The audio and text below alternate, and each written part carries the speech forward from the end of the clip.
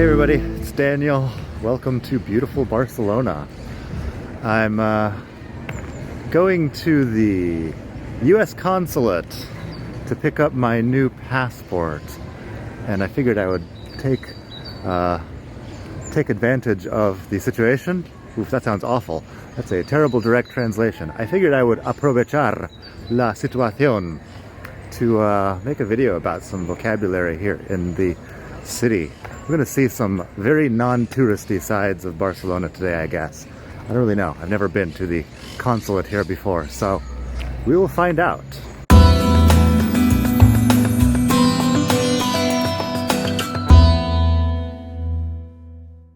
So, aprovechar is a word that's difficult to translate. I just did kind of a bad translation here at the beginning, in keeping with my tradition of making terrible amateurish introductions to these videos. I said I'm going to make the most of the situation. No, I didn't. I said I'm going to take advantage of the situation. I should have said make the most of the situation. Aprovechar can be translated in both of those ways, and it can be a couple of other things. It's maybe a word for a video in another day.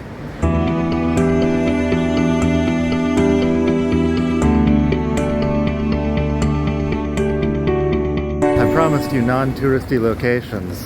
Back here is the police station where immigrants like myself go to poner la huella. This is to be fingerprinted. The event is the toma de huellas. And yeah, huella is just your fingerprint. It could also be a footprint, I guess. The word huella dactilar is more specifically your fingerprint. And so yeah, it's the typical Spanish experience where you make an appointment, you wait 45 days for your appointment, you go in, you spend 1 minute being fingerprinted, and you wait another 45 days, and they give you your new residence permit, ID card. So I've been through there on multiple occasions over the past few years. This neighborhood here is called Sant Martí, San Martín in Spanish, and that gives me an opportunity to teach you an interesting Spanish proverb. A cada cerdo le llega su San Martín. San Martín, the day of Saint Martin, is November 11th. It is the day when pigs are slaughtered. So a cada cerdo le llega su San Martín is if you do bad things, eventually bad things will happen to you, I guess. Every pig has its day of slaughter. So, on that optimistic note, I've heard this translated for every dog has his day, or every dog has its day, possibly. But I feel like that in English is much more positive than the idea of a cada cerdo le llega su San Martín. Anyway, that has nothing to do with anything. It's just the name of the neighborhood. And let's keep walking.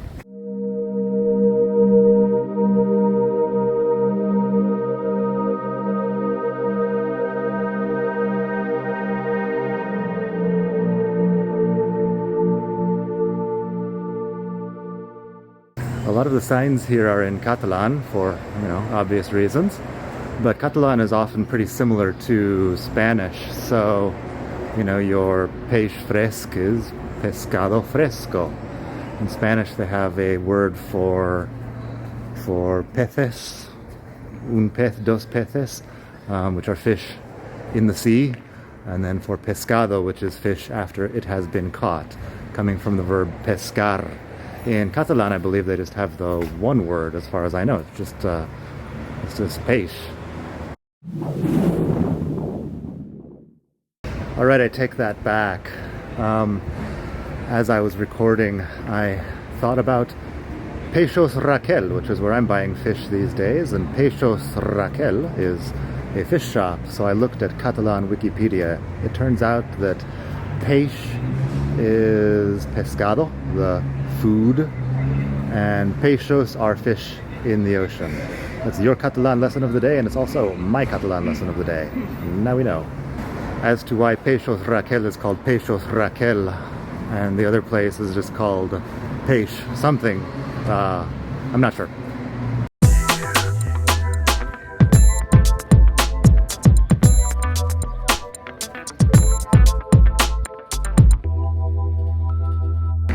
Okay, one touristy thing today. Here's Sagrada Familia. It just happens to be along the way, so here we are. I could have you do your own reading about Sagrada Familia. I'm not quite the expert on Gaudí. I could tell you that Gaudí was killed. He was hit by a streetcar, you know, over 100 years ago, I believe. And this thing was left unfinished, and it is still unfinished. And they're saying it'll be finished within the next few years, I believe. But I'm sure they've been saying that for 100 years now. You know, just 2 or 3 more years and we'll be done. Anyway, that's a nice building. You are welcome to check it out when you're in Barcelona, of course. Be prepared to spend some money getting in. It's not cheap, if I recall correctly. But yeah, very nice. Anyway, I'm walking at this leisurely pace, and I've still got about an hour to go. So let's see what else we have on our walk through Barcelona.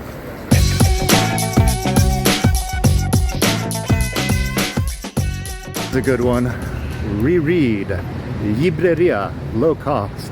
Llibreria with a double L because Catalonia, and low cost because English.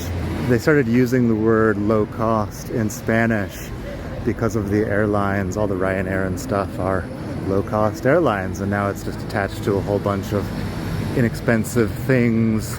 Normally you would say barato for cheap. I'm just guessing that low cost sounds a bit cooler than barato for the Spanish ears. Libreria barata. Maybe the place is cheap and not the books or something like that.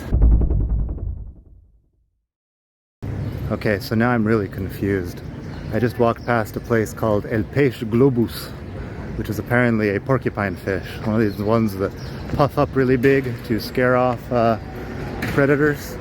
And I have since discovered, also on Catalan dictionaries and Wikipedia, that peixos is the plural of peix. So we have peix, which is the food, it's fish in general as a food product, and then you have peixos, which are fishes in the sea. The Wikipedia articles for peixos and peix are completely different articles, so I'm guessing that's what's up there.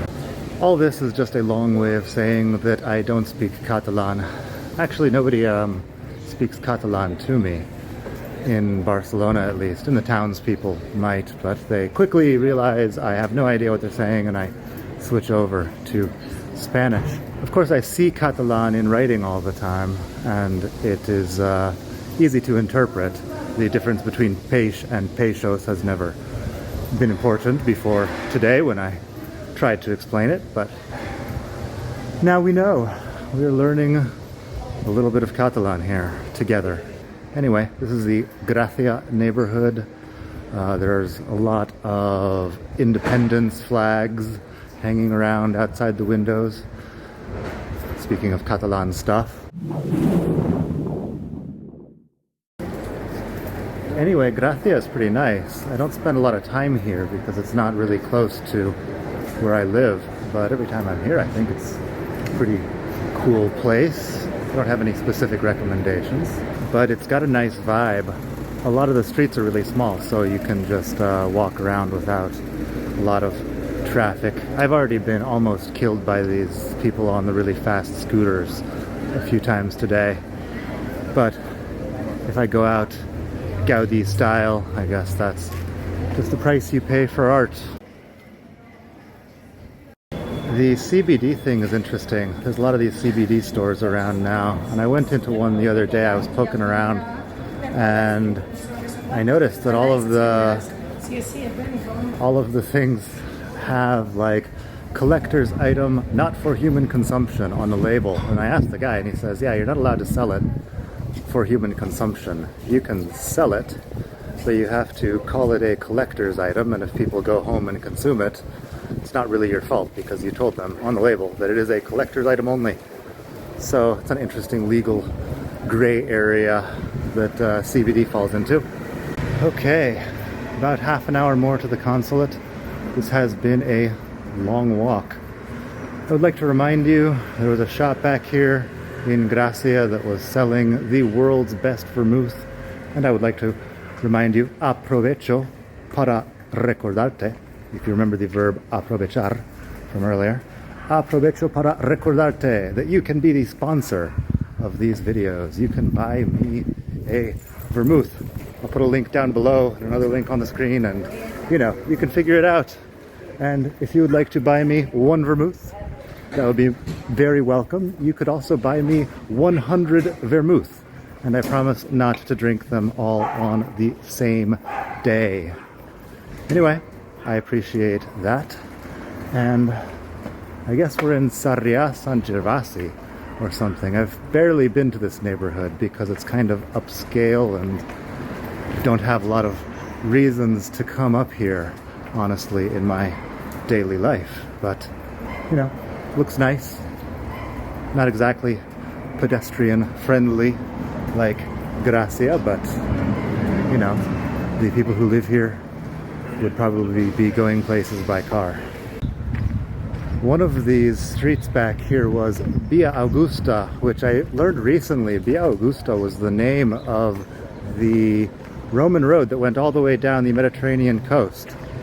Barcelona has been around forever, you know, approximately forever.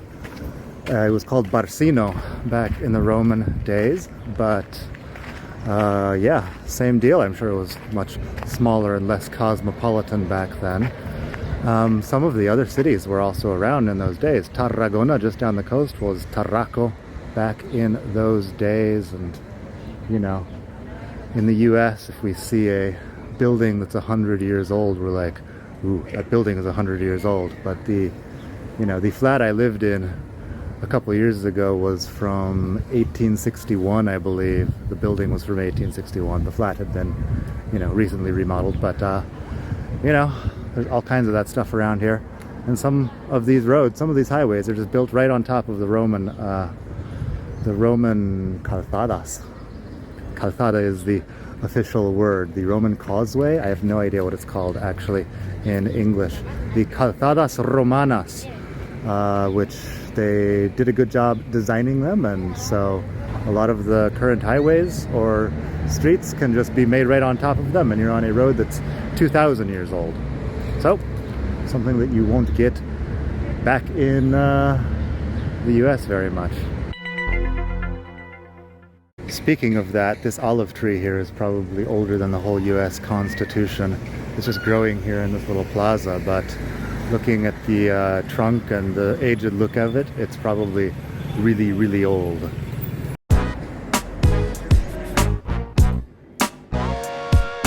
Anyway, onward to the consulate.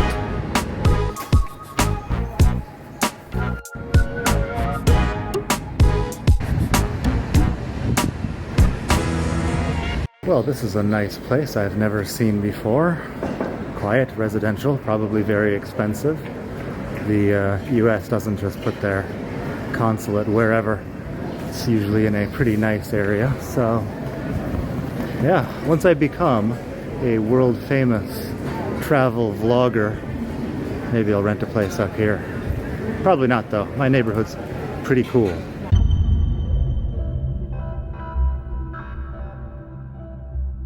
And we're done. That was actually kind of quick. Old passport and new passport. Got some big plans for this new guy, but we'll talk about that in a future video. I'd like to thank my homies over at the State Department for making this so quick.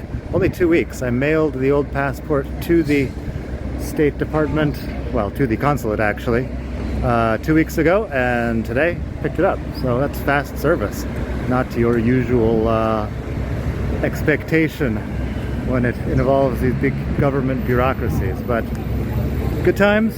I hope you've enjoyed this video. It is about time for me to be getting some vermouth, I guess. So have a great day wherever you are in the world. Let me know what you want to hear in a next video down here in the comments, and until next time, bye.